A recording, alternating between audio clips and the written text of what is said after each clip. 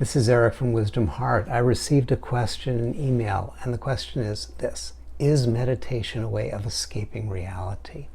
That's an important question in the context of today's spiritual marketplace, where there's so many options and so many promotions and so many practices that are available. And one can wonder, if you look at the marketing, is this an invitation to escape reality? Well, the short answer is your practice is determined by your intention. Intention is the key. And we can think of intention as being on a continuum in a sense.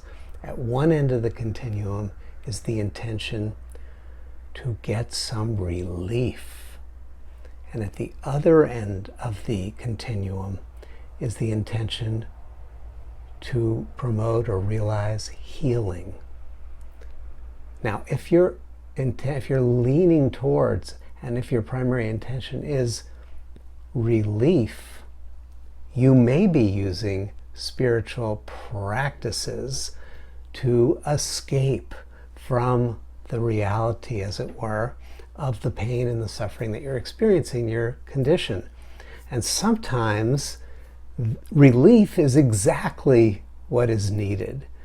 You know, if you've been wearing your body down, working too hard, if you've been stressing in a challenging situation with people, events, or with things, sometimes relief is absolutely what's needed. It's wisdom to get some rest, to get some renewal, to breathe, to get relief, and to regroup. But relief will not free you from the suffering. That's not what it's designed to do. Relief is designed to offer you relief. And relief is a temporary state. This is true even when, and perhaps definitely when, that relief is packaged in a form of spiritual practice. Because spiritual practice can provide relief. It's like this: when you're doing the practice, and you're really into it, you're chanting away, you're trance dancing away, you're doing the asana, sweating away, you're focusing on the object of meditation. When you're doing those, your mind's attention, your awareness, and your focus is not on the stressful thoughts, the situation, the people, events, and things. It's rather concentrated. In some contexts, it's swept up into the practice, and thus the suffering thoughts and the conflictual emotions are held in abeyance. And when they're held in abeyance, the weight of the suffering is lifted, and the internal conflicts and dramas and tensions are quieted. And the mind thinks it would be so good to stay here forever. And that's not going to happen, because relief, by its very nature, is temporary. It's a temporary state. It's not a permanent trait. It's short-lived. And when the effects of the relief wears off, when the endorphins settle down, when the mind returns to its everyday state, when the music stops, when the movement stops, then we are brought back to eye to eye, back to those thoughts, those emotions again. And they show up. Why? Why do they keep showing up? Relief will not make them go away. Why do they keep showing up? Because they need your attention. And when you're using, and when I'm using, when we are using spiritual practices to seek relief, we're really not giving them the attention that they're crying for, that they're longing for.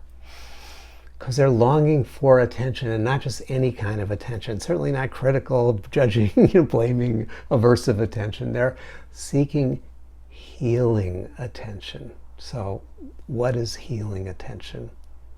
Which is going to move us on the continuum towards that healing experience, that's healing revelation. Healing attention is, think of it as a recipe. It's equal parts compassion, non-identification, and recognition. So compassion means that there's a caring and a feeling with the suffering of those thoughts and emotions. But there's also non-identification, which is to say not getting swept up in the drama internally, not swept up in the narrative, not becoming identified and entangled in the thoughts and emotions. Feeling, yes, but not identifying, which then opens us up to this wonderful possibility of recognition. So what is it that is recognized? We feel, we're non-identified, and then we can recognize the radiance. We can recognize the radiance from which all of those thoughts and emotions arise, and in that recognition, into which they relax. That recognition is what opens up this field of blessing that touches the thoughts and emotions, touches our own identity, and allows all of that to relax into the radiance,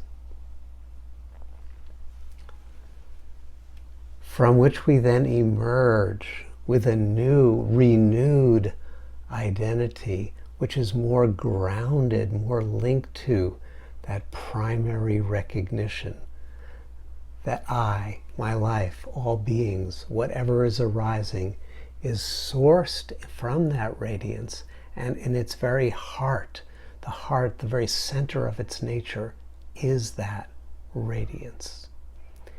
So there's no need for relief from it.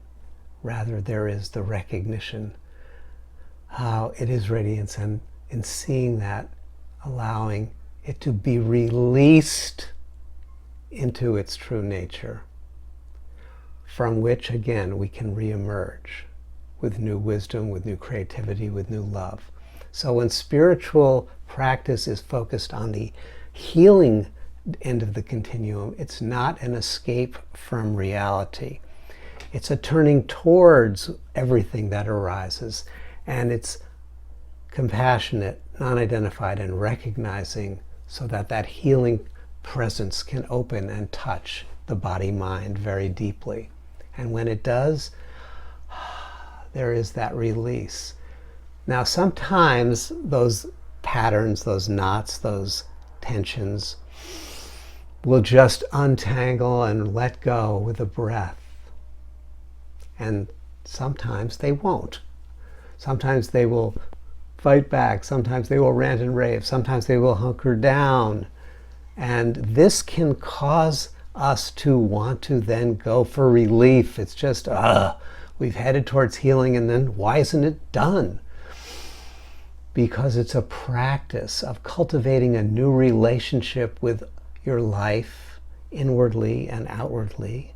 It's a practice of cultivating a capacity to recognize and reside in the radiance. And it's a practice of compassion and of non-identified witnessing that strengthens through practice. And then we cultivate, say it this way, we cultivate a taste for the healing end of the continuum. Regardless of what is arising, we recognize its radiance, and we recognize it's the radiance calling us, and so we welcome. Our nervous system still has a preference for relief. We know that, and we welcome that preference as well as we proceed more and more deeply, cultivating more and more intimacy with reality itself.